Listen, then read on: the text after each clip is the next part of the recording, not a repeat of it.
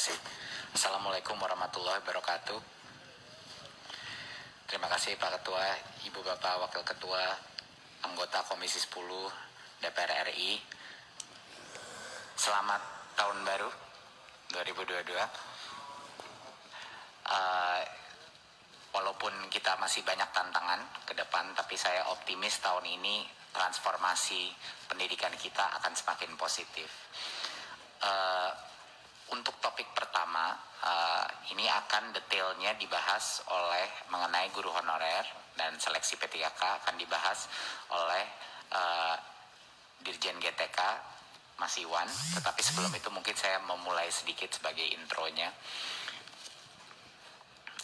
Saya rasa masyarakat juga harus mengetahui bahwa kita punya undang-undang ASN yang mengunci dua hal dalam rekrutmen P3K ini. Yang pertama, undang-undang ASN itu mengunci bahwa baik dari pihak swasta maupun negeri harus diberikan kesempatan untuk masuk dalam seleksi guru. Jadi itu hal yang dikunci oleh undang-undang.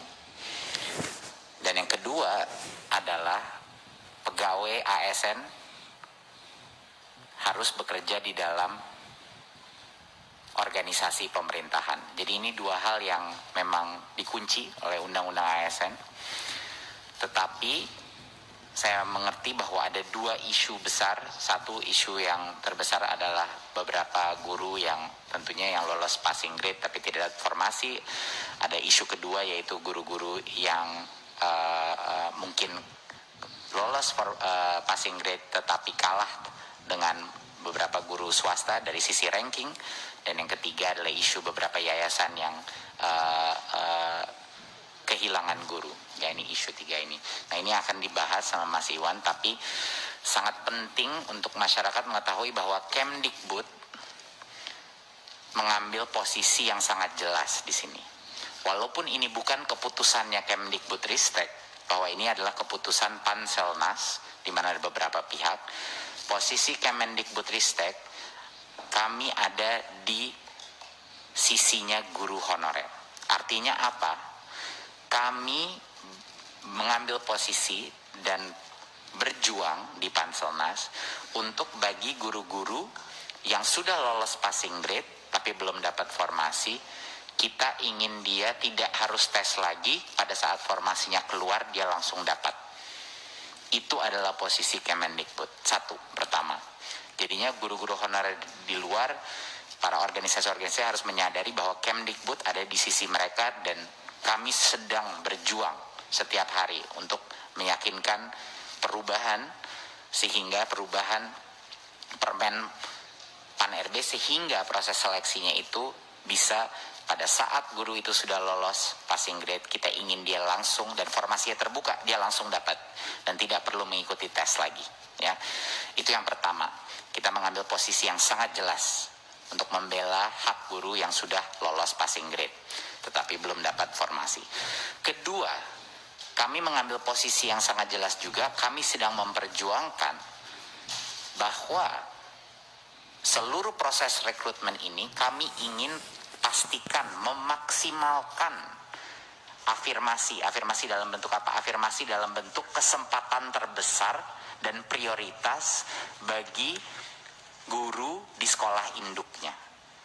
Itu adalah perjuangan kedua kita untuk memastikan dan memaksimalkan bahwa kita memberikan kesempatan terbesar dahulu bagi guru-guru honorer di sekolah-sekolah negeri di sekolah induknya dia, sehingga dia bisa mendapatkan kesempatan terbesar. Jadinya ini adalah dua hal yang sangat penting untuk dimengerti masyarakat dan para guru-guru honorer bahwa Kemdikbudristek hadir di sisinya mereka. Ini sangat penting. Tetapi ini adalah keputusan bersama di Panselnas. Jadi mohon dukung kami dalam perjuangan ini dan insya Allah kita akan mendapatkan terobosan, tapi kami akan terus berjuang untuk mencapai ini. Ya, jadinya sekali lagi saya mengulang, Undang-Undang ASN mengunci bahwa partisipasi dari guru swasta itu diwajibkan oleh undang-undang. Mereka harus diberikan hak karena mereka juga guru.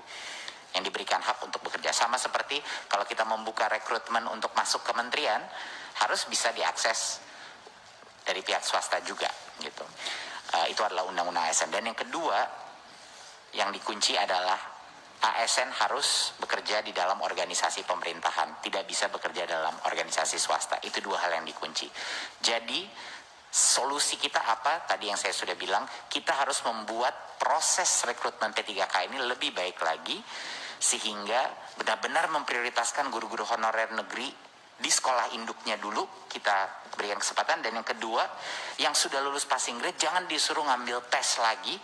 Pada saat formasinya tiba-tiba keluar, dia harusnya diamankan formasi itu untuk mereka. Ya, itu adalah posisi Kemendikbudristek. Poin saya terakhir sebelum saya berikan kepada Dirjen GTK adalah, Bapak Ibu, di tengah berbagai macam aspirasi dari masyarakat, janganlah kita lupa satu hal dan satu angka yang luar biasa. Hampir 300.000 guru di tahun 2021, guru honorer yang tadinya pendapatannya 400.000 sebulan, 500.000 sebulan, yang sengsara dengan gaji begitu kecil, sekarang telah menjadi P3K. 300.000. Kapan itu terakhir terjadi? Mungkin saya tidak, Bapak Ibu mungkin yang bisa lebih ingat kapan itu terjadi. 300.000 guru sekarang kesejahteraannya terjamin, yang tadinya tidak. Jadi itu menurut saya suatu hal yang patut juga dirayakan, walaupun proses seleksi ini masih tidak sempurna, dan kita terus akan perjuangkan hak-hak guru induk, guru honorer. Tetapi angka 300.000 ini tidak kecil, dan ini akan merubah kehidupan dan kesejahteraan mereka selama-lamanya. Jadi ini merupakan hal yang mungkin patut diingat juga. Dengan demikian dari saya, mungkin bisa saya berikan ke Mas Iwan. Silakan Mas Iwan. Terima kasih Mas Menteri. Assalamualaikum warahmatullahi wabarakatuh. Selamat pagi, salam sejahtera buat kita semua. Yang saya hormati pimpinan Komisi 10, seluruh jajaran pimpinan beserta anggota, Mas Menteri dan seluruh jajaran Kemendikbud. Izinkan saya juga menambahkan apa yang sudah disampaikan oleh Mas Menteri tadi. Ini hanya untuk menambahkan saja, karena sebenarnya prinsip-prinsip yang tadi sudah Mas Menteri sampaikan adalah poin-poin yang utama untuk melengkapi bahwa pertama, sejak kita memulai untuk memikirkan bagaimana ada sebuah terobosan untuk menyelesaikan isu guru honorer, Mas Menteri itu sebenarnya sudah mengambil posisi dari awal sangat jelas bagaimana guru-guru kita tidak boleh ada guru yang dibayar dengan tidak layak. Jadi ini sebuah hal yang dari hari pertama Mas Menteri sudah sampaikan kepada seluruh tim, dan kita memikirkan berbagai macam cara untuk melakukan itu. Hal yang tercepat yang bisa kita lakukan di awal, mungkin Bapak Ibu masih ingat, adalah ketika kebijakan Merdeka Belajar ketiga, BOS itu yang tadinya dipagu 15% untuk pembayaran guru honorer bisa menjadi 50%. Dan kemudian kita terus, BOS sekarang bisa jadi fleksibel, bahkan dengan masa pandemi ini, kepala sekolah bisa lebih besar untuk mengalokasikan gaji untuk guru honorer. Dan kemudian komitmen untuk bagaimana guru-guru kita mendapat kesejahteraan dan perlindungan kerja yang lebih baik ini kemudian kita rumuskan dalam sebuah seleksi untuk guru ASN P3K. Mohon maaf, bisa ke halaman 2, ya betul, halaman 24. Silakan Mas Iwan. Mohon maaf. Untuk seleksi guru ASN P3K, karena ternyata permasalahannya ada lebih besar daripada meningkatkan kesejahteraan dan perlindungan guru, yaitu bahwa di sekolah-sekolah kita, sekolah negeri yang ada, itu sekitar 40% lebih guru-gurunya tidak mengalami rekrutmen secara yang semestinya. Artinya terjadi sebuah supply dan demand, masalah supply dan demand yang sudah lama, sehingga guru-guru masuk menjadi guru tanpa perlindungan kesejahteraan dan kondisi kerja yang baik. Dan inilah yang kemudian ingin kita tuntaskan dengan seleksi guru ASN P3K ini. Dan angkanya sangat besar. Angkanya itu kebutuhan rekrutmen guru di sekolah-sekolah negeri itu sampai 1 juta lebih formasi. Sementara guru honorer yang ada di sekolah negeri itu angkanya 742.000. Jadi ini sebenarnya kalau dilihat dari proporsinya, formasi itu lebih banyak daripada guru honorer yang ada. Jadi itu menunjukkan ketimpangan supply dan demand yang sangat besar, dan itu yang juga ingin kita selesaikan sambil kita juga bagaimana peningkatan kesejahteraan perlindungan untuk guru-guru kita dan kesempatan mereka untuk mendapatkan kompetensi yang lebih baik. Lanjut. Kembali untuk mengingatkan Bapak Ibu terkait dengan lini masa seleksi guru P3K ini sudah melalui sebuah proses yang sangat panjang. Kita mulai dari dialog dengan Kementerian Keuangan untuk memastikan bahwa anggaran untuk 1 juta formasi itu disediakan, lalu kemudian dengan Kemenpan RB untuk memastikan bahwa formasi itu disetujui, dan seterusnya dengan Pemda kita sosialisasikan dengan seluruh Pemda, dan terus kita melakukan misalnya ada materi pembelajaran karena kita ingin guru-guru kita mempersiapkan diri dengan sebaik-baiknya, kita sediakan modul-modul untuk belajar, membantu mereka mempersiapkan diri, dan terus sampai kemudian desain tesnya pun kita ingin maksimalkan. Kalau biasanya tes ASN itu hanya sekali, ini bisa sampai 3 kali kesempatan, dan kemudian skema-skema afirmasi pun dipikirkan sehingga barulah kita mulai tes itu di pertengahan tahun 2021. Dan desain dari tes ini untuk mengingatkan kembali, kita memikirkan afirmasi bukan saja dalam bentuk bonus poin, tapi juga afirmasi untuk sekolah negeri dan juga afirmasi untuk Pemda. Jadi di tes seleksi tahap pertama itu tidak ada guru swasta yang boleh untuk ikut tes seleksi tahap pertama. Dan ini sebenarnya spiritnya adalah untuk memproteksi guru-guru di sekolah negeri. Jadi itu sebenarnya desain dari awal untuk seleksi tahap pertama. Dan untuk Pemda, tadinya kita memikirkan bisa lintas Pemda, tapi ternyata kita memikirkan juga berbagai hal yang mungkin bisa menjadi pertimbangan, itu baru dibuka di tahap ketiga. Sehingga afirmasi terhadap yang di Pemda yang bersangkutan itu sampai tahap kedua. Sehingga tidak terjadi sebuah mobilisasi yang bisa jadi lebih besar gitu ya.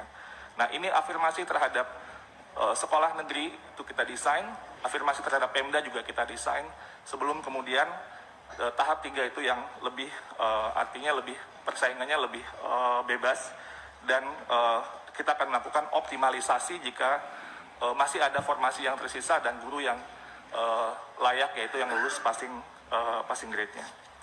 Lanjut. Dan inilah dengan berbagai dinamika yang terjadi pada saat perancangan dan proses seleksi, kita memberlakukan kebijakan afirmasi dan juga penyesuaian nilai ambang batas sebagai bentuk keberpihakan kita untuk mendorong semakin maksimal guru-guru kita yang bisa lulus untuk seleksi dan mendapatkan formasi ini. Pertama, sertifikat pendidik, lalu kemudian usia di atas 35 tahun, penyandang disabilitas, dan guru honorer PHK 2. Dan kemudian kita lakukan juga kebijakan penyesuaian nilai ambang batas, di mana untuk guru-guru yang sudah lama mengabdi, yaitu dengan usia di atas 50 tahun, itu kompetensi teknisnya otomatis langsung 100%. Jadi kompetensi teknis yang di Tenggarai waktu itu sangat sulit, itu kita berikan afirmasi maksimal 100% kepada guru-guru di usia 50 tahun. Ini juga masukan dari Komisi 10 pada waktu itu, dan juga mereka juga mendapatkan bonus 10% untuk kompetensi manajerial, sosiokultural, dan wawancara. Dan setelah itu pun semua peserta seleksi mendapatkan nilai afirmasi 10% dari kompetensi teknisnya. Lanjut. Nah, kondisi pada saat ini, Bapak Ibu yang terhormat, yang sudah disampaikan oleh Mas Menteri tadi, sudah 293.000 atau hampir 300.000 guru honorer yang sudah lulus formasi pada ujian pertama dan kedua dan akan segera diangkat menjadi guru P3K. Jika kita melihat angka ini dari formasi yang dilamar, nanti akan saya jelaskan ada formasi yang dilamar, ada formasi yang tidak dilamar. Itu sekitar 75,7%. Jadi artinya angkanya cukup tinggi dari formasi yang dilamar. Atau kalau kita lihat dari total formasi, angka ini sekitar 58,0% dari 506.252 formasi. Ini angka yang sangat besar, persentase yang sangat besar. Lanjut. Nah, tapi pada saat yang bersamaan, kita juga melihat sebuah data yang menarik Bapak Ibu, yaitu ada 117.000 formasi lebih yang tidak dilamar sama sekali di tahap 1 dan di tahap 2. Dan ketika kita buka datanya, ternyata kita bisa melihat sebuah tren bahwa guru-guru kita tidak melamar ke daerah-daerah yang aksesnya terbatas atau terpencil, atau daerah khusus atau daerah 3T. Ini misalnya kalau di DKI Jakarta misalnya guru-guru di Kepulauan Seribu melamarnya di Jakarta Utara gitulah kira-kira ya. Jadi atau yang di daerah desa ngelamarnya ke kota di wilayah kewenangan yang sama, padahal sebenarnya kalau dia bersaing di formasi ini itu mungkin besar kemungkinan dia akan mendapatkan formasi tersebut. Jadi ternyata banyak, ini 100.000 ini banyak sekali Bapak Ibu, ini lebih dari 20% formasi yang tidak dilamar sama sekali. Ya ini nanti mungkin kita bisa isi dengan optimalisasi formasi. Tapi ini sebarannya juga ada per provinsi yang mungkin juga bisa menjadi perhatian Bapak Ibu sekalian. Lanjut. Nah ini isu yang saya yakin Bapak Ibu sudah sangat sering mendengar. Tadi juga pimpinan sudah menyampaikan, kami pun juga terus dengan pengaduan, layanan pengaduan yang kami terima dan forum-forum yang kami ikuti dan juga berbagai macam bentuk komunikasi lainnya. Ada 4 isu utama dari tahap 1 dan tahap 2. Yang pertama, itu di tahap 1 waktu itu mungkin Bapak Ibu masih ingat di akhir tahun, ketidakjelasan tentang pemberkasan untuk guru-guru yang sudah lulus di tahap 1. Ini sudah jalan, ada solusi yang segera dilakukan yaitu surat BKN untuk menjadi dasar bagi Pemda untuk segera memproses pengangkatan P3K guru-guru honorer di daerahnya masing-masing. Ini batas akhir untuk penyerahan dokumen nantinya itu kepada BKN tanggal 31 Januari 2020. Ini proses yang sudah sedang berjalan. Lalu yang kedua, ketiga sebenarnya itu mirip, tapi yang ketiga nanti akan itu lebih fokus kepada masalah yang sangat kritis yang tadi sudah disampaikan oleh Mas Menteri dan sudah dijelaskan bagaimana posisi kita, adalah yang sudah lulus passing grade. Yang ini di tahap 1 sudah menjadi masalah, jadi mereka sudah lulus passing grade tapi belum dapat formasi, tapi di tahap kedua ditambah dengan isu sekolah swasta. Jadi yang ada guru honorer sekolah induk yang bagian ketiga sudah lulus passing grade namun kalah bersaing dengan guru swasta. Nah inilah yang isu yang terus kita juga menerima banyak sekali masukan-masukan dari berbagai pihak, dan kita melihat sebenarnya seperti tadi saya sampaikan, jika Pemda mengajukan formasi secara maksimal 1 juta formasi, maka sebenarnya formasi itu berlebih 250.000 atau sekitar 25% dari guru honorer existing. Jadi sebenarnya formasi itu jauh lebih banyak daripada guru honorer yang ada di lapangan. Jadi sehingga kita akan terus mendorong, memperjuangkan bersama-sama bagaimana Pemda bisa memaksimalkan pengajuan formasi tahun ini. Nah, yang waktu itu saya juga sama Kang Dede waktu di podcastnya juga menyampaikan tentang ini. Di tahun 2021 itu sebenarnya sudah ada surat dari Kementerian Keuangan untuk menjelaskan alokasi dana per Pemda. Yang surat ini disampaikan ke seluruh kepala daerah, gubernur, bupati dan wali kota. Dan untuk tahun 2022 ini sudah disampaikan dari tahun 2021. Jadi suratnya tanggal 13 Desember tahun 2021 dari Dirjen Perimbangan Keuangan untuk menyampaikan bahwa perhitungan anggaran P3K dalam dana alokasi umum itu sudah dilakukan dan bersifat earmark. Ini saya tebalkan sejak tahun 2000, surat yang pertama sudah disampaikan oleh Kementerian Keuangan bahwa kalau dalam sistem penganggaran yang namanya earmark itu adalah dana yang penggunaannya ditentukan secara spesifik sehingga tidak dapat digunakan untuk belanja lain. Sekali lagi, earmark ini kalau dalam penganggaran ini maksudnya adalah dana yang penggunaannya itu ditentukan secara spesifik sehingga tidak dapat digunakan untuk belanja lain.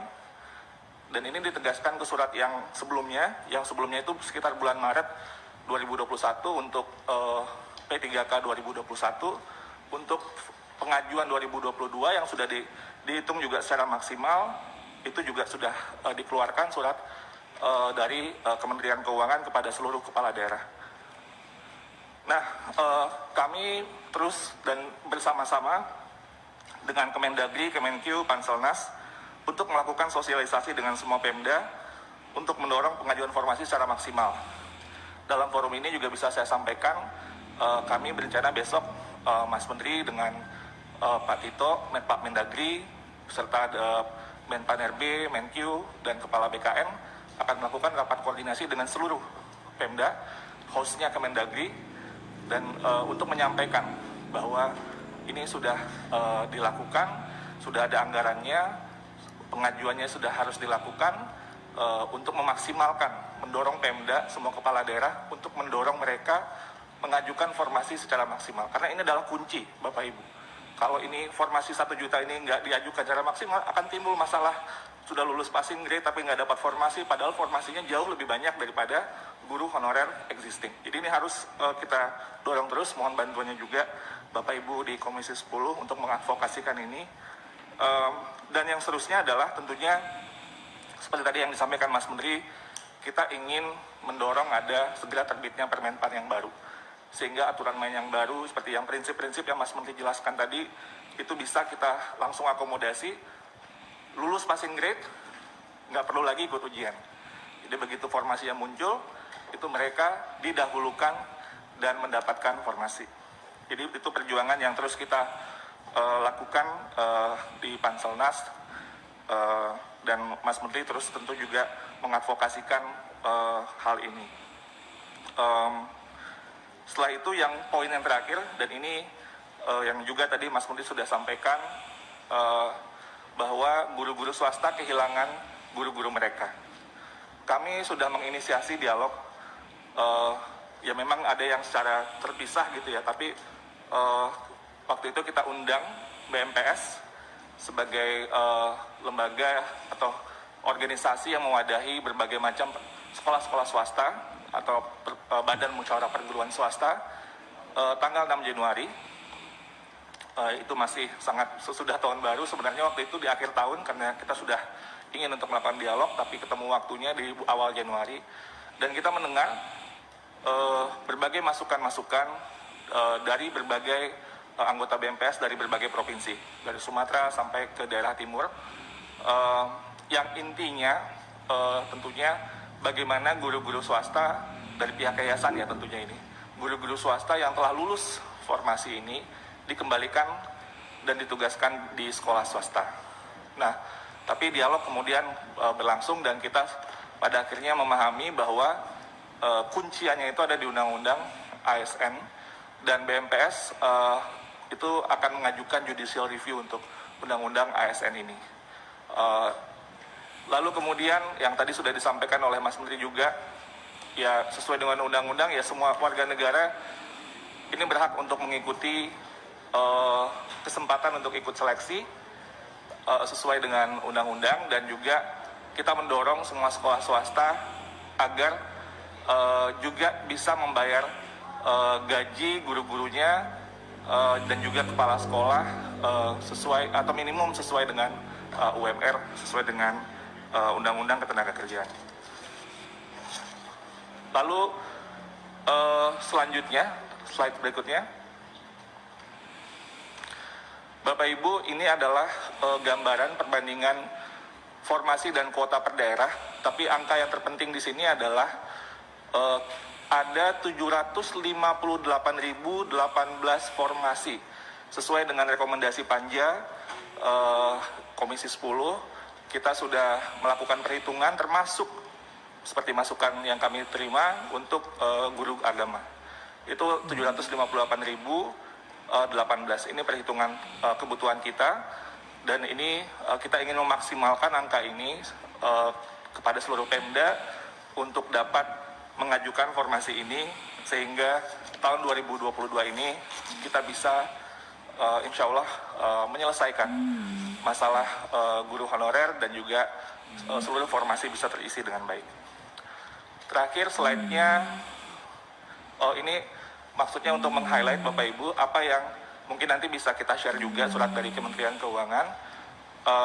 Tapi intinya adalah sudah ditetapkan alokasi DAU tahun anggaran 2022 berdasarkan formula alokasi dasar dan celah fiskal. Dan yang di sini yang ingin saya highlight adalah perhitungan kebutuhan gaji formasi ASN daerah dalam alokasi DAU ini untuk gaji pokok P3K guru yang lulus 2021 itu dihitungnya 14 bulan gaji. Sekali lagi, oleh Kementerian Keuangan, kebutuhan gaji pokok guru P3K 2021 itu dihitungnya 14 bulan. Artinya dihitung sejak Januari sampai Desember dengan asumsi itu ya, asumsinya penggajiannya dimulai sejak Januari sampai Desember dan ditambah ada gaji tunjangan hari raya dan kebijakan gaji ke-13. Itu dinyatakan secara eksplisit di dalam surat Kementerian Keuangan. Sementara untuk kebutuhan gaji pokok guru 2022 itu dihitung sebanyak 3 bulan gaji dengan asumsi proses terjadi, kemudian pengangkatan dimulai sejak Oktober 2022. Dan ini tentunya dana yang diperhitungkan di 2021 yang tidak terserap akan menjadi pengurang perhitungan kebutuhan penggajian P3K. Artinya jika Januari ini tidak diangkat, tidak dibayar gajinya, sebenarnya ada kelebihan di bulan Januari dan itu akan terus berlanjut jika prosesnya masih belum dilakukan atau belum selesai. Jadi anggaran yang dialokasikan sebenarnya ini cukup besar untuk 14 bulan gaji untuk 2021 dan 3 bulan gaji untuk guru yang nantinya diangkat atau lolos di 2022, seleksi 2022. Itu mungkin dari saya terakhir. Ini hanya ingin menyampaikan kepada Bapak Ibu Komisi 10 bahwa rekomendasi panja ini sudah kita tindak lanjuti, misalnya melanjutkan seleksi 1 juta guru P3K yang sebelumnya mungkin dikhawatirkan akan berhenti saja, tapi kita ingin memaksimalkan, mudah-mudahan dengan Permenpan baru nanti kita bisa lebih besar lagi. Jadi mungkin kalau masih tahap ketiga masih belum, kita terus akan melakukan seleksi sampai maksimal formasi terisi, lalu kemudian melakukan pengusulan pemenuhan kebutuhan guru 2022 berdasarkan peta data yang sudah kita sampaikan, membentuk layanan pengaduan, ini juga sudah kami lakukan, Bapak Ibu Komisi 10, di https://guru p3k.kemdikbud.go.id dan nomor layanan pengaduan 15997. Ini luar biasa sibuknya layanan pengaduan ini dan kita terus menambahkan anggota untuk memastikan kita bisa melayani atau tidak jauh lah harinya untuk menjawab pertanyaan-pertanyaan yang diajukan kepada kami. Sosialisasi kepada pemerintah daerah untuk pemenuhan kebutuhan guru terus kita lakukan, termasuk rakor yang akan kita lakukan besok dengan Kemdagri dan semua anggota Panselnas, Kemenkeu. Terkait kebijakan anggaran, kita terus berkoordinasi dengan KL terkait untuk memastikan pembayaran gaji dan tunjangan guru P3K alokasi APBN diperhitungkan melalui DAU. Terkait dengan kebijakan formasi afirmasi seleksi untuk guru-guru PJOK, kesenian, bahasa daerah, dan TK, memberikan kesempatan yang sama afirmasi guru honorer penyandang disabilitas untuk dapat mengikuti ASN P3K dan afirmasi nilai guru di atas 35 tahun ke atas dan 50 tahun ke atas. Mungkin itu dulu, Mas Menteri, saya kembalikan ke Mas Menteri. Assalamualaikum warahmatullahi wabarakatuh. Terima kasih Mas Iwan, dan apresiasi saya Mas Iwan ini mengerjakan program P3K ini paralel dengan program guru penggerak, paralel dengan revitalisasi PPG program kita, semuanya di saat yang sama. Jadi saya ingin ucapkan apresiasi yang luar biasa untuk bisa mencapai sampai 300.000 Mas Iwan yang menjadi P3K. Jadi poinnya Bapak Ibu, kami menginginkan bantuan dari Komisi 10 untuk mengkomunikasikan ini kepada masyarakat, terutama yang isu formasi. Kalau semua Pemda telah mengajukan formasi yang kita inginkan sesuai dengan target kita, kita tidak akan ada yang namanya lolos passing grade tapi tidak mendapatkan formasi. Pasti semua yang lolos passing grade langsung menjadi P3K. Dan sekarang sudah sangat jelas surat dari Kementerian Keuangan sudah keluar bahwa uang anggaran untuk guru P3K itu sudah dikunci. Artinya tidak bisa digunakan untuk hal-hal lain, hanya untuk itu, hanya untuk P3K. Jadi sudah tidak ada lagi alasan kenapa formasi tidak diajukan secara full sesuai dengan anggaran yang sudah dikunci itu, karena uang itu tidak bisa digunakan untuk hal-hal lain. Jadi mohon Bapak Ibu dalam sosialisasi ke masyarakat dan juga ke masing-masing Pemda ini bisa ditekankan, itu akan sangat membantu konstituen Bapak Ibu di masing-masing dapil. Dan poin saya yang terakhir adalah untuk mengulangi lagi bahwa posisi kami sangat jelas di sini. Kami berada di sisinya guru honorer yang merasa kami juga setuju dengan mereka bahwa guru honorer di sekolah induk yang lolos passing grade harus diprioritaskan untuk mendapat posisi itu, dan juga tidak harus mengambil tes lagi. Jadi itulah permintaan kita terhadap perubahan yang kami ajukan kepada Panselnas. Saya harap ini bisa ada titik temunya dan bisa kita memberikan keadilan bagi guru-guru yang sudah lolos passing grade di dalam sekolahnya masing-masing. Terima kasih. Untuk berikutnya kita akan masuk bagian pagu dan realisasi anggaran capaian kinerja Kemendikbudristek tahun 2021 dan juga program kerja Kemendikbudristek. Ibu Sekjen, saya persilahkan. Terima kasih Pak Menteri. Atas izin Pak Menteri, izinkan kami memaparkan beberapa poin sesuai dengan rencana pembahasan raker pagi hari ini. Assalamualaikum warahmatullahi wabarakatuh. Salam sejahtera untuk Bapak, Ibu, Kepala Pimpinan dan anggota Komisi 10 yang kami hormati. Izinkan pertama kami melaporkan terkait dengan realisasi anggaran dan kinerja tahun 2021. Sampai dengan pagi hari ini sebelum rapat tadi kami melakukan penarikan data terbaru sebagaimana yang ada di paparan, sedikit berbeda mungkin dari yang di print out.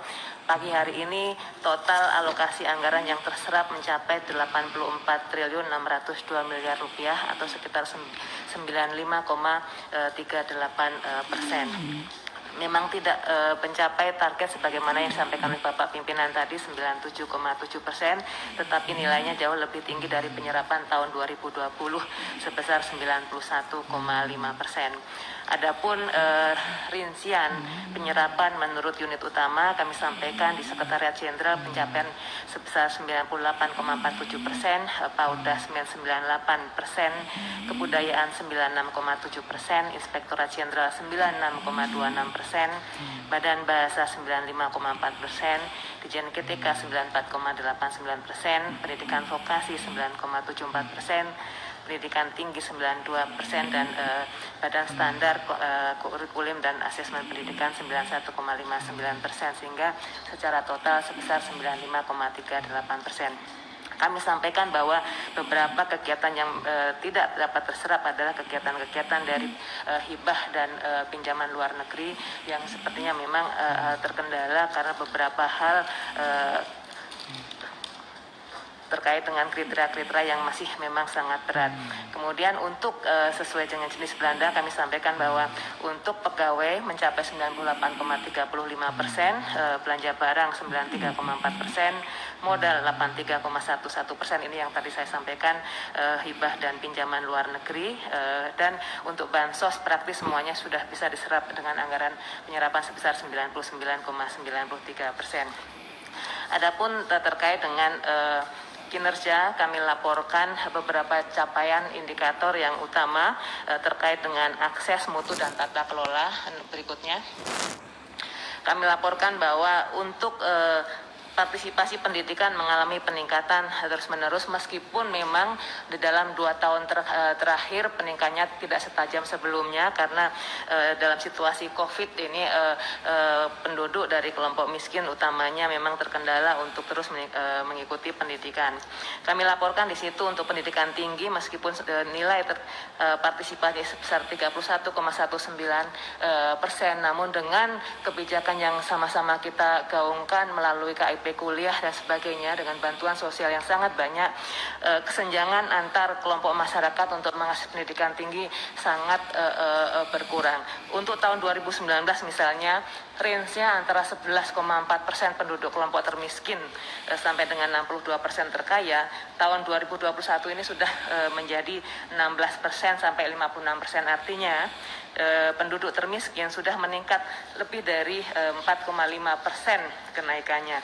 Ini tentu akan sangat baik untuk kita karena dapat membantu warga dari kelompok miskin untuk tetap bisa mengikuti pendidikan selanjutnya. Bapak Ibu sekalian, kami laporkan juga kami sudah melakukan koordinasi dengan Dukcapil untuk memasukkan data-data bantuan sosial ke dalam data Dukcapil.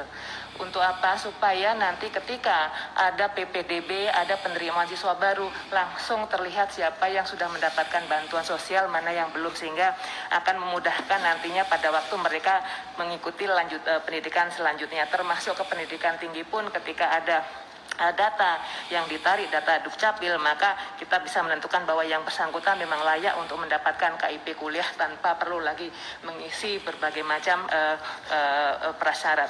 Berikutnya, ini terkait dengan harapan lama sekolah dan rata-rata lama sekolah juga mengalami peningkatan. Harapan lama sekolah sudah 13 tahun, mohon maaf. Artinya apa?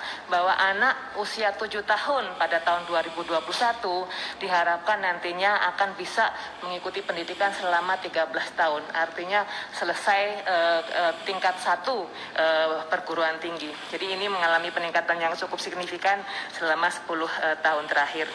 Kemudian yang untuk yang lama sekolah memang tidak banyak peningkatan karena memang itu sudah 25 tahun, artinya mereka sudah tidak banyak di sekolah dan trennya mengikuti kohort usia. Berikutnya terkait dengan peningkatan kualitas pembelajaran dan relevansi, ini banyak sekali program-program yang kita lakukan, utamanya melalui kerjasama dengan dunia usaha dan dunia industri yang hasilnya amat baik, antara lain yang ditunjukkan di dalam paparan berikut.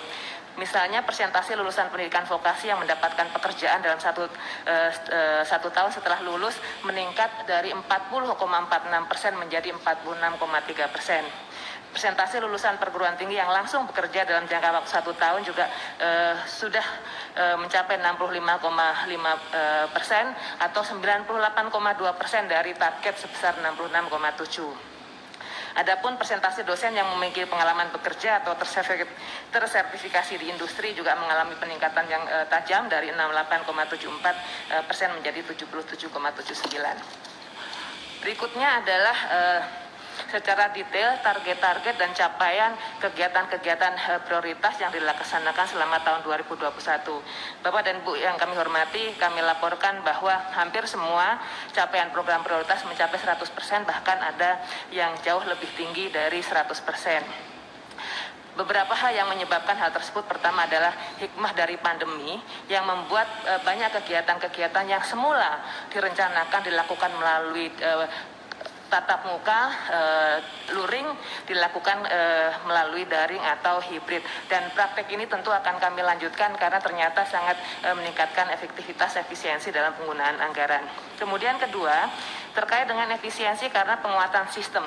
Contohnya adalah terkait dengan akreditasi yang di situ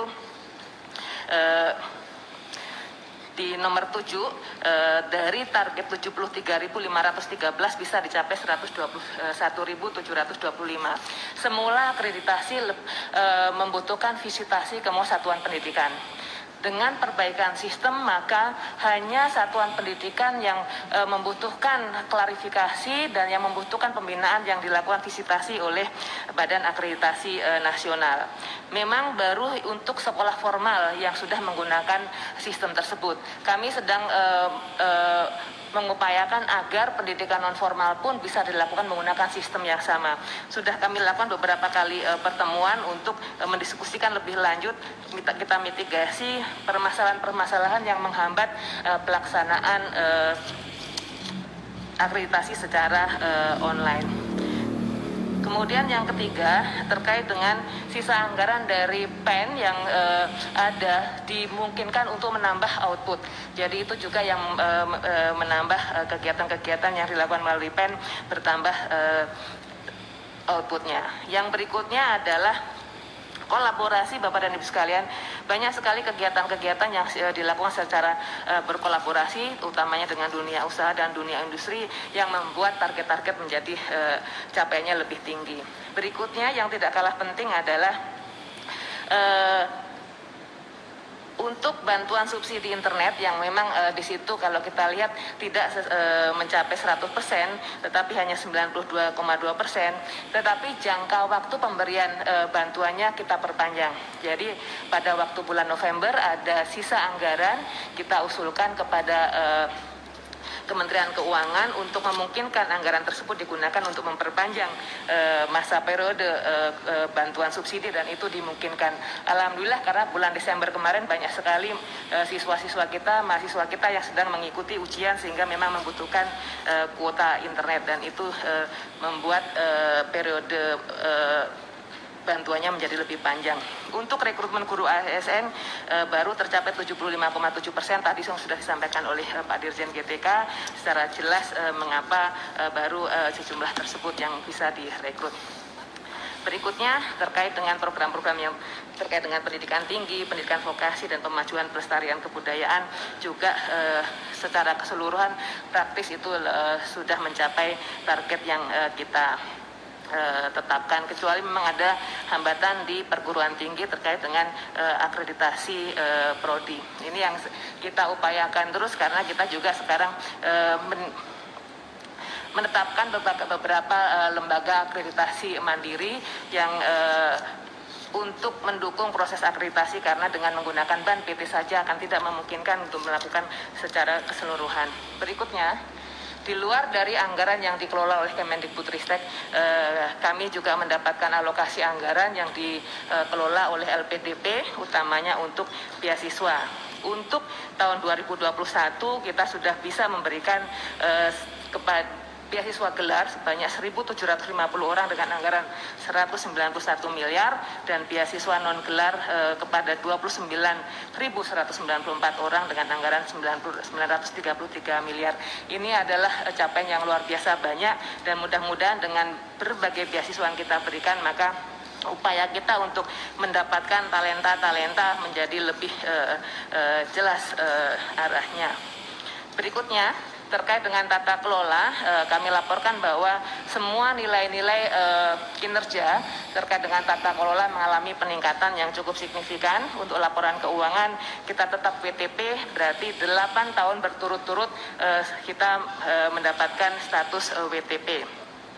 Kinerja akuntabilitas juga mengalami peningkatan dari 75,9 tahun 2019 menjadi 77,2 pada tahun 2020. Untuk indeks reformasi pendidikan, indeks reformasi birokrasi mengalami peningkatan juga dari 2019 ke 2020, dari 74,39 nilainya menjadi 77,95. Banyak space yang bisa ditingkatkan kinerjanya, dan ini kami sudah melakukan terus-menerus pendalaman apa saja hal-hal yang masih belum baik untuk kita tingkatkan di tahun 2022 ini. Terkait dengan kinerja, kami juga mengalami peningkatan nilai dalam survei kepuasan pemangku kepentingan. Berikutnya, nilainya cukup tinggi, meningkatnya dari 82,3 menjadi 84,6 atau meningkat sebesar 2,3%. Kalau kita lihat masing-masing komponennya, tertinggi terjadi pada layanan ULT yang naik dari 84,6 menjadi 90,1. Dari pendalaman lebih lanjut hasil survei tersebut, kami temukan bahwa masyarakat sangat senang dengan layanan online. Jadi kalau dulu layanannya lebih ke face to face dan sebagainya, dengan online ini kita siapkan Zoom juga, virtual meeting juga, ini sepertinya menjadi nilai tambah yang luar biasa terhadap kinerja Kemdikbud.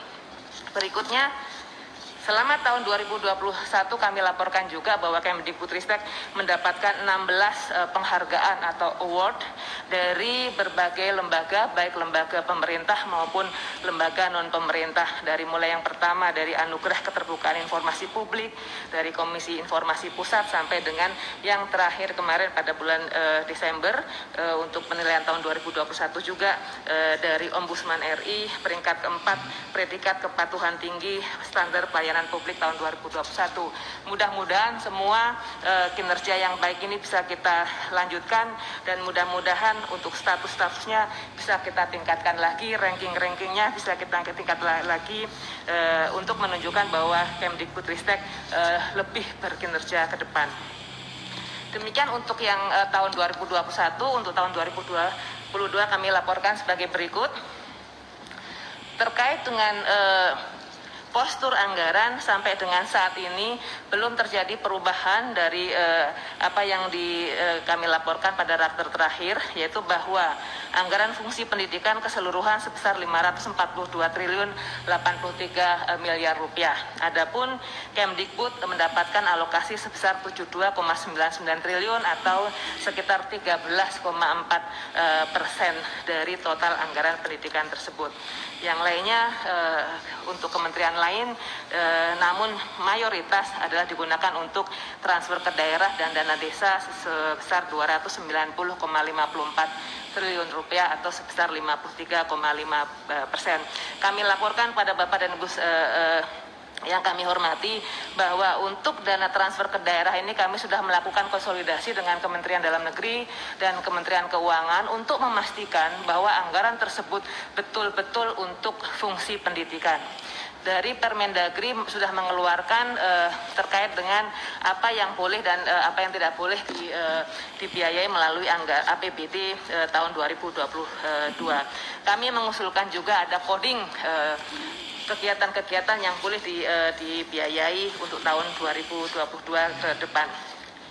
Berikutnya, untuk tahun 2022 ini DIPA sudah terbit tanggal 17 November 2021 yang lalu, alokasi keseluruhan 72,99 triliun dengan pembagian sebagaimana tertera di dalam paparan, tidak ada perubahan dari raker sebelumnya. Kami laporkan juga bahwa pada tanggal 29 November 2021 Menteri Keuangan mengirimkan surat pada seluruh menteri dan kepala lembaga agar melakukan automatic adjustment atau mungkin yang biasa kita dengar, yang biasa kita gunakan self blocking. Jadi Kemdikbudristek mendapatkan alokasi, bukan mendapatkan, diminta untuk melakukan automatic adjustment sebesar 2,975 triliun rupiah. Anggaran tersebut bukan berarti tidak boleh serap, tetapi nanti penyerapannya dilakukan secara bertahap. Kami usulkan yang di self blocking adalah kegiatan-kegiatan yang pelaksanaannya memang belum dilakukan pada semester ini. Jadi insya Allah aman, bisa dilepas pada waktu anggaran tersebut dibutuhkan. Berikutnya, terkait dengan penggunaannya kami laporkan dari anggaran sebesar 72,99 triliun tersebut untuk rupiah murni non operasional yang tertinggi sebesar 41,77 triliun, tetapi itu juga untuk mayoritas untuk pendanaan wajib sebesar 34,85 triliun, yaitu untuk program Indonesia Pintar, KIP kuliah, berbagai tunjangan guru non PNS, PUPTN dan sebagainya. Dan untuk pemenuhan prioritas nasional, prioritas menteri itu sebesar 6,06 triliun rupiah.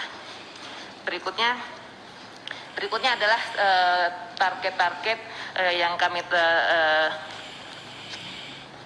yang ditetapkan melalui Renstra Kemendikbudristek. Semua kita harapkan bisa tercapai pada tahun 2022. Namun memang tantangannya sangat besar karena kondisi pandemi juga yang masih belum selesai, dan butuh dukungan dari semuanya, termasuk utamanya adalah pemerintah daerah, karena kewenangan banyak di pemerintah daerah, kemudian juga pendanaan juga banyak diberikan melalui pemerintah daerah. Kami tentu akan terus berkoordinasi dengan semua pihak agar untuk memastikan seluruh anggaran untuk fungsi pendidikan betul-betul bisa digunakan sebaik-baiknya untuk mendapatkan atau mencapai kinerja sebagaimana ditetapkan. Berikutnya, secara lebih detail kami laporkan terkait dengan rencana kegiatan ke depan dengan basis anggaran 72,99 triliun Bapak dan Ibu sekalian. Jadi di dalamnya mungkin Bapak Ibu melihat ada angka-angka yang masih lebih rendah dari tahun sebelumnya, seperti misalnya KIP kuliah yang saat ini sedang kami usulkan untuk mendapatkan tambahan dan dalam proses pembahasan dengan Kementerian Keuangan. Untuk yang ini tidak ada perubahan dari rencana yang kami sudah paparkan di dalam raker sebelumnya. Berikutnya mungkin langsung ke halaman 22. Sebagaimana dilaporkan Bapak Menteri kepada Bapak dan Ibu yang terhormat bahwa Kemdikbud mengusulkan tambahan anggaran sebesar 10 triliun rupiah dan sudah in prinsip disetujui oleh Bapak Presiden dan sudah juga dibahas dengan Ibu Menteri Keuangan.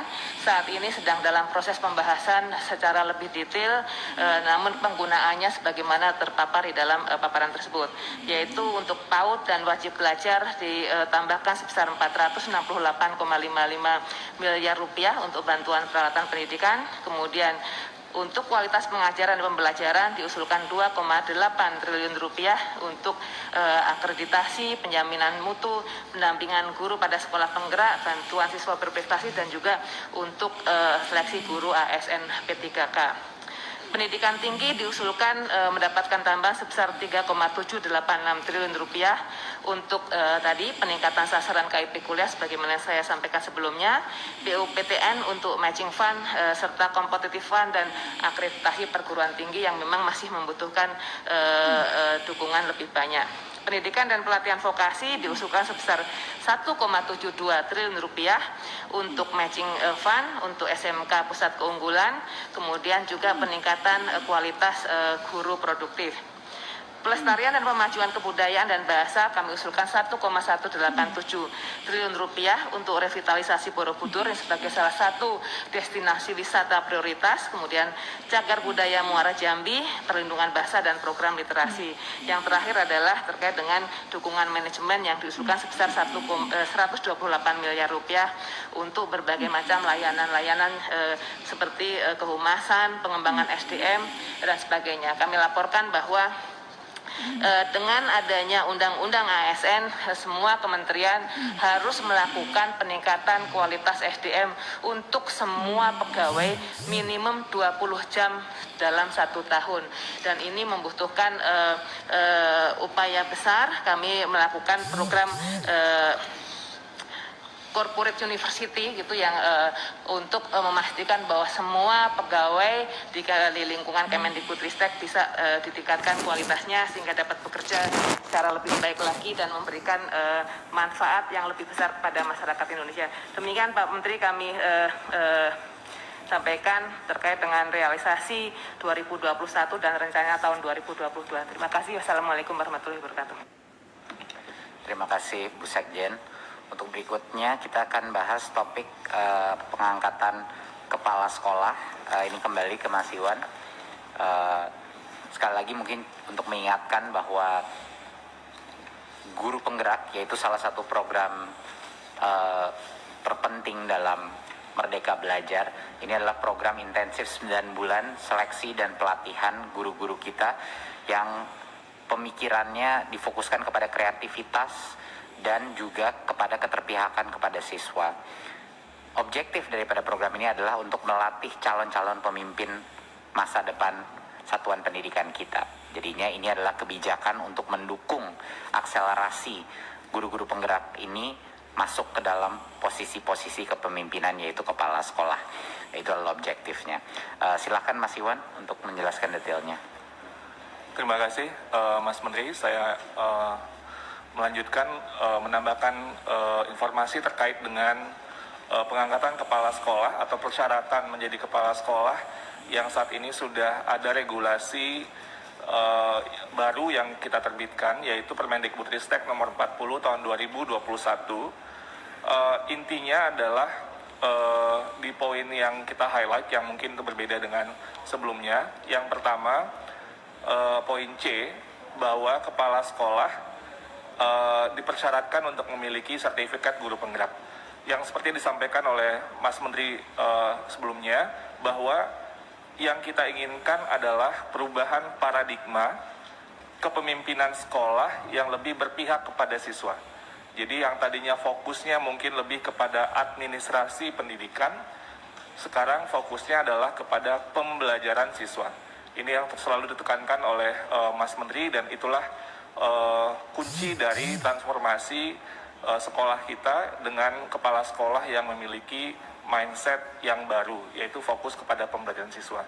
Jadi guru penggerak ini kadang-kadang dimaknai sebagai guru, padahal sebenarnya ini adalah guru plus, karena dia adalah pemimpin. Jadi ini adalah untuk pemimpin sekolah kita. Nah, yang poin D dan poin E itu mengakomodasi ke berbagai masukan di lapangan. Yang pertama, yang poin D, bahwa guru PNS pangkat paling rendah, Pranata Muda tingkat 1 dengan golongan ruang 3B bisa menjadi kepala sekolah. Dan ini adalah pertama, kita melihat bahwa banyak sekali calon-calon pemimpin yang usianya mungkin masih muda, dengan jenjang yang jabatannya mungkin masih belum tinggi, tapi sudah memiliki sebuah kompetensi yang baik dan bisa secara dinamis melakukan kreativitas, inovasi di sekolah-sekolah, dan ini bisa kita akomodasi. Selain itu juga di daerah-daerah yang sulit, yang kita tahu banyak daerah yang juga tidak ada kepala sekolah karena daerah-daerah tersebut sulit akses dan segala macam. Ini lebih memungkinkan bagi mereka, memudahkan untuk mengangkat gurunya menjadi kepala sekolah. Jadi tidak perlu harus sampai golongan yang terlalu tinggi, selama mereka memiliki kompetensi yang kita kunci melalui program pendidikan guru penggerak. Jadi sertifikat guru penggerak sebagai kuncinya. Dan poin E, ini untuk mengakomodasi undang-undang ASN, karena ASN sekarang ada PNS, ada P3K. Kita membuka kesempatan juga kepada guru P3K yang memiliki jenjang jabatan guru ahli pertama bisa menjadi kepala sekolah. Ini kita sesuaikan juga dengan perkembangan dari undang-undang ASN yang ada PNS dan P3K-nya. Selanjutnya yang mungkin sering ditanyakan, slide selanjutnya. Nah, Bapak Ibu, saya ingin menyampaikan, dan ini juga poin yang penting untuk kita sama-sama ketahui, kita sering mendapatkan pertanyaan-pertanyaan ini adalah guru yang memiliki sertifikat calon kepala sekolah, CKS, itu tetap bisa dapat ditugaskan sebagai kepala sekolah. Jadi tidak perlu khawatir, ini tidak ada artinya apa ya, mereka nanti langsung nggak boleh gitu, tetap bisa ditugaskan, jadi tidak ada masalah. Karena nanti kita lihatkan datanya ya di slide sesudahnya, bahwa kita kebutuhan kepala sekolah kita yang memenuhi persyaratan ini luar biasa. Jadi kita ingin melihat kondisi di lapangan yang juga realistis. Kita akan mendorong terusnya akselerasi guru penggerak, tapi pada saat yang bersamaan kita ingin menjaga stabilitas yang ada di sekolah-sekolah kita terkait kepemimpinan sekolah ini. Karena itu juga dalam hal jumlah guru ada di beberapa daerah itu baik yang memiliki CKS, sertifikat calon kepala sekolah, dan atau sertifikat guru penggeraknya masih jauh atau tidak mencukupi, maka pemerintah daerah dapat menugaskan guru sebagai kepala sekolah dari guru yang belum memiliki sertifikat CKS dan sertifikat guru penggerak. Ini untuk menghindari kondisi PLT yang berkepanjangan yang sering terjadi. Jadi ini boleh temporer, dan ini tapi tetap kita ditegaskan lagi bahwa penugasan guru sebagai yang dimaksud di poin di atas itu dilakukan sampai adanya guru yang memiliki sertifikat guru penggerak. Jadi kita akan terus akselerasi program guru penggerak, tapi pada saat yang bersamaan kita tahu kondisi di lapangan ini banyak PLT atau yang tidak ke kelas sekolah. Jadi yang CKS oke, bisa, dan untuk guru yang tidak CKS dan tidak sertifikat pun kalau dipercaya oleh Pemda boleh untuk 1 periode selama masa transisi ini. Jadi ini untuk menjaga stabilitas, nanti PLT-nya berkelanjutan, PLT 6 bulan tambah lagi nanti diganti lagi terus. Itu terjadi ketidakstabilan dalam kepemimpinan sekolah yang ingin kita hindarkan juga. Nah, selanjutnya kita menyampaikan data saja bahwa jumlah guru penggerak dan kebutuhan kepala sekolah ini memang sangat sangat besar ya. Dan karena itu kita ingin mendorong, sekarang ini hanya sekitar 58% guru yang memiliki CKS tadi.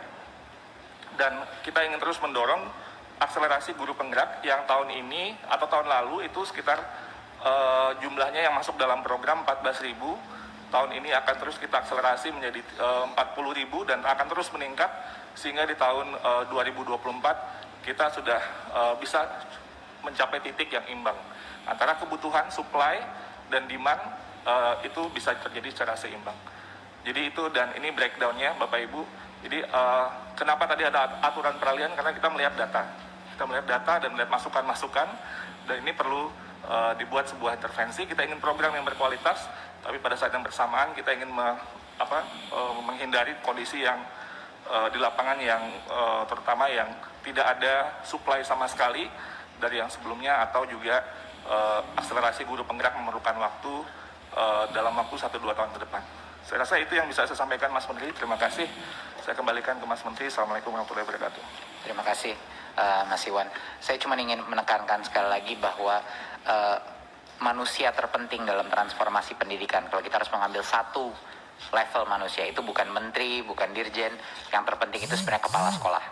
Kepala sekolah itu adalah kunci daripada perubahan budaya pembelajaran di masing-masing sekolah. Jadi itu makanya guru penggerak ini salah satu program terpenting kita.